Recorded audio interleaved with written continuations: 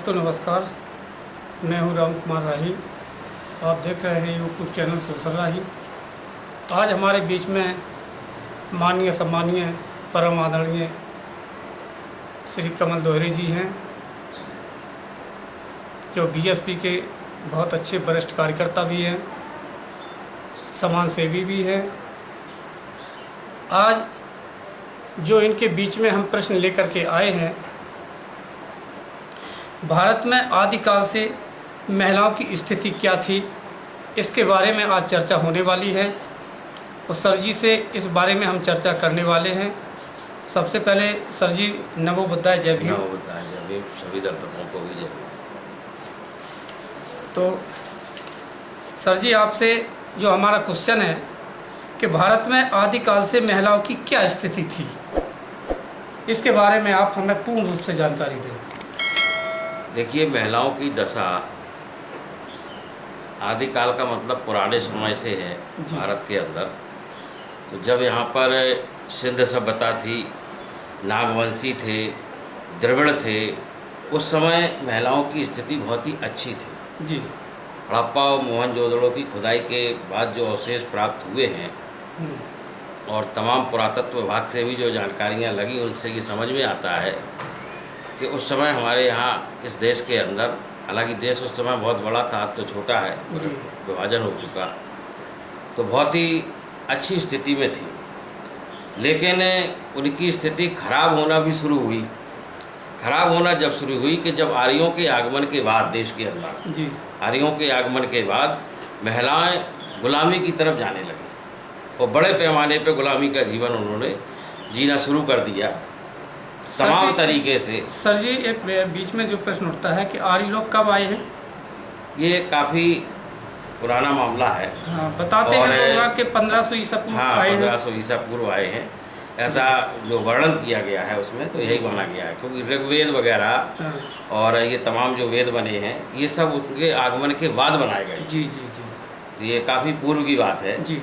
और इसीलिए उनके असर आज भी महिलाओं के प्रति देश के अंदर देखने को मिलते हैं। देश की आज़ादी के बाद, संविधान लागू होने के बाद भी अभी वो सारी चीज़ें एकदम से ख़त्म नहीं हुई हैं, लेकिन बहुत हद तक हम लोग उसमें आगे बढ़े हैं, इसमें कोई शक नहीं है।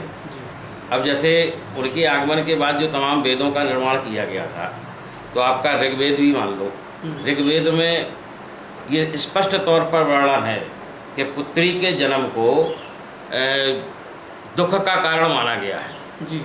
पुत्री के जन्म को दुख का कारण माना गया। बोले सबसे बड़ा दुख का कारण पुत्री का जन्म है, अगर घर में पुत्री का जन्म हो गया। ऋग्वेद में जी। और वहीं पर पुत्र के जन्म को आकाश की ज्योति माना गया है जी, कि बहुत ही प्रकाश में मतलब है डेवलप हुआ, काफ़ी आगे बात बढ़ी, तो ये वहाँ पर भी वर्णन किया गया है। और जो आपका दूसरा अर्थवेद आता है जी, अर्थवेद में समूची महिलाओं को शूद्र का दर्जा दिया गया, सारी महिलाओं को। तो ये सब पुराने वो हैं। यहाँ तक ये तो खैर वेदों के बारे में कई चीज़ें हैं, लेकिन अभी जो तत्काल में जो चीज़ों को लोग जानते हैं, जिनको समझते हैं, वेदों के बारे में अब लोग ज़्यादा नहीं जानते हैं। जैसे रामायण है, उसको हर घर में लगभग पाई जाती है भारत के अंदर। रामायण में जो तुलसीदास जी की जो लिखा हुआ है, उसमें भी नारी को अच्छा नहीं लिखा गया।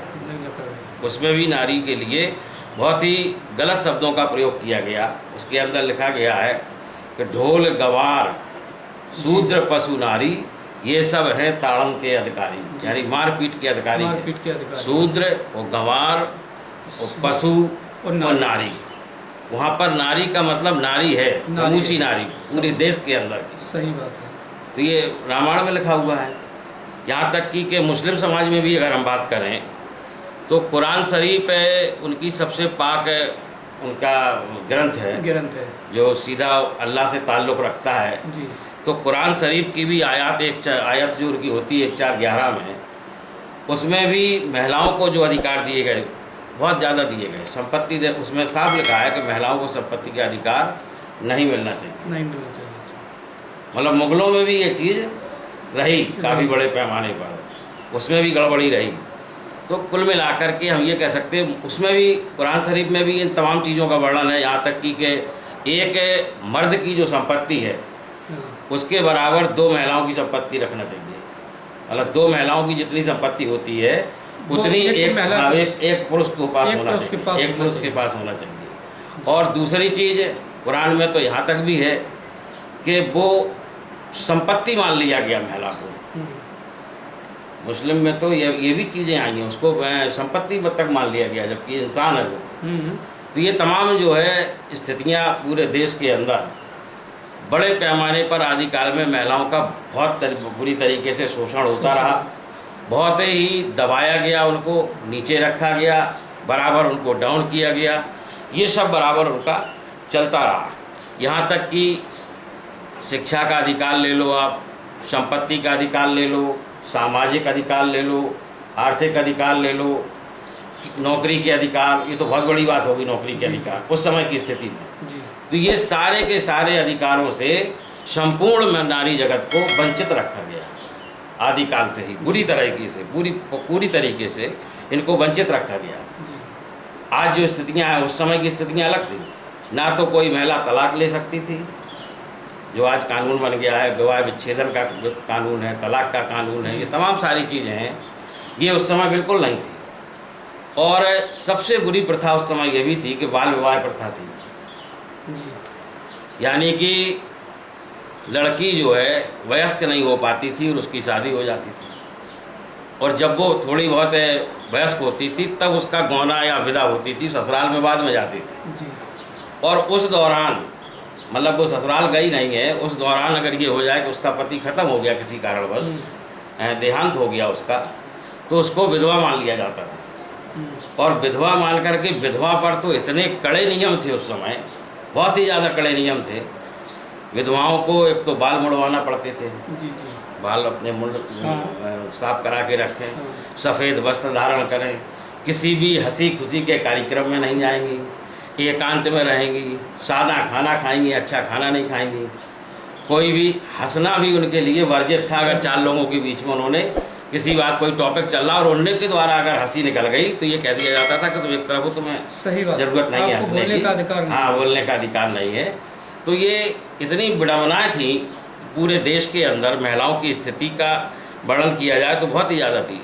इसके पहले और थोड़ा सा उसी समय की बात है, एक बड़ी प्रथा सती प्रथा भी चल रही थी, जो बड़े पैमाने पर उस समय चली कि पति के देहांत के बाद जब पति को मुखाग्नि दी जाती थी चिता पे, तो उस महिला को ज़बरदस्ती संपूर्ण श्रृंगार करा करके, ये ज़बरदस्ती हम इसलिए कहते हैं, लोग तो कहते हैं कि शौक से किया जाता था, लेकिन इस चीज़ को मैं नहीं मानता हूँ, क्योंकि किसी भी आदमी को अग्नि में प्रभावित करने के लिए वो शौक से नहीं जाएगा, सही बात। ये अलग बात, उस समय का नियम था, उस नियम की बंदिश में जबरन आत्मा उसकी भी कचोटती होगी और जबरन उसको उस अर्थी में रख दिया जाता था कि नहीं तुम भी जल जाओ, उसी के साथ पति के साथ उसको भी जिंदा जला दिया जाता था, जिसको सती प्रथा कहते हैं कि सती हो गई वो, और उसका मंदिर बना के लोग पूजा करते थे। तो ये बहुत ही देश के अंदर महिलाओं की दशा, ज़्यादा स्थिति बहुत गड़बड़ रही। धीरे धीरे करके हालांकि इसमें कुछ सुधार भी हुए हैं, अब उनकी चर्चा अगर हम करेंगे तो वो लंबा पीरियड लग जाएगा, कैसे क्या हुए क्या नहीं हुए। सर जी, जे कुरीतियों के बारे में आपने चर्चा की अभी, तो इन कुरीतियों को तो लगभग काफ़ी ख़त्म अपने अंग्रेज लोग भी करके गए हैं। हाँ, ये अंग्रेज़ों के आने के बाद से बड़े पैमाने पर ख़त्म हुई जी। और उसके पहले उसी समय से मूवमेंट भी बहुत तेज़ी से शुरू हुआ। उनके पहले जैसे आपके महात्मा ज्योतिराव फुले, माँ सावित्री बाई फुले, इन्होंने अपनी मुहिम की शुरुआत 1848 में कर दी, 48 में की थी। और 1848 में इन्होंने जब शुरुआत की तो इन्होंने इस चीज़ का बाल मुड़वाने की प्रथा पर पूरा बैन लगाया जी, कि अगर बाल मुड़वाने की प्रथा पर पूरा बैन लगाया, महिलाओं को शिक्षा देने की बात शुरू कर दी, और सती प्रथा का विरोध तो राजा राम मोहन राय के द्वारा भी बड़े पैमाने पर किया गया जी, और बहुत तगड़े से उसमें भी बैन लगा। तो ये अंग्रेज़ों के आने के बाद लगातार इनमें हमारे कई महापुरुष लोग हुए, वो लगातार इसमें प्रयास करते रहे, तो इनमें काफ़ी चीज़ें, और ब्रिटिश गवर्नमेंट में ही अंग्रेज़ों के आने के बाद भी शिक्षा के अधिकार भी मिलने लगे। शिक्षा अधिकार ब्रिटिश गवर्नमेंट के बाद प्राप्त हो चुका था महिलाओं को, लोग स्कूल जाने लगे थे। 1848 में ही जो पहला विद्यालय माँ सावित्री बाई फुले ने महिलाओं के लिए, बालिकाओं के लिए खोला था, उस समय से शुरुआत हो चुकी थी। इसके बाद लगातार धीरे धीरे करके वृद्धि होती रही, फिर चलता रहा ये क्रम धीरे धीरे करके। फिर बाबा साहब का भी समय आया जी। तो चूँकि बाबा साहब को संविधान लिखने के पहले से ही बाबा साहब का तो एक स्पष्ट कथन था कि किसी भी संप्रदाय की जो प्रगति है उस समाज की महिलाओं की स्थिति से मैं मानता हूँ। जी। उनका तो ये कथन भी था कि किसी भी संप्रदाय की, कोई भी संप्रदाय हो सकता है, हिंदू, मुस्लिम, सिख, ईसाई, बौद्ध, पारसी, जो भी संप्रदाय हैं, जितने भी संप्रदाय हैं, उसकी स्थिति का आकलन वो उस समाज की महिलाओं की प्रगति से करते थे। प्रगति से करते थे, सही। बाबा साहब ने ये स्पष्ट कहा कि मैं तो ये मानता हूँ कि उस संप्रदाय की महिलाओं की जो स्थिति है उससे मैं समझ लूँगा कि यहाँ पर कितनी प्रगति है। सही बात है। हमारा आप देख करके भी अभी पता चल जाता है, जिस घर में सफाई हो, बच्चे मेंटेन हो, तो पता चल जाता है कि यहाँ की जो लेडीज है, महिलाएं हैं, बहुत एक्टिव है। उसी से सब पूरा आइडिया लग जाता है, बड़े पैमाने पे इसका आइडिया लग जाता है। ठीक है सर जी, बहुत अच्छी बात हुई और बात आपने रखी, लोग बागों को बहुत अच्छी लगेगी। मैं जय भीम नमो बुद्धाय करता हूँ।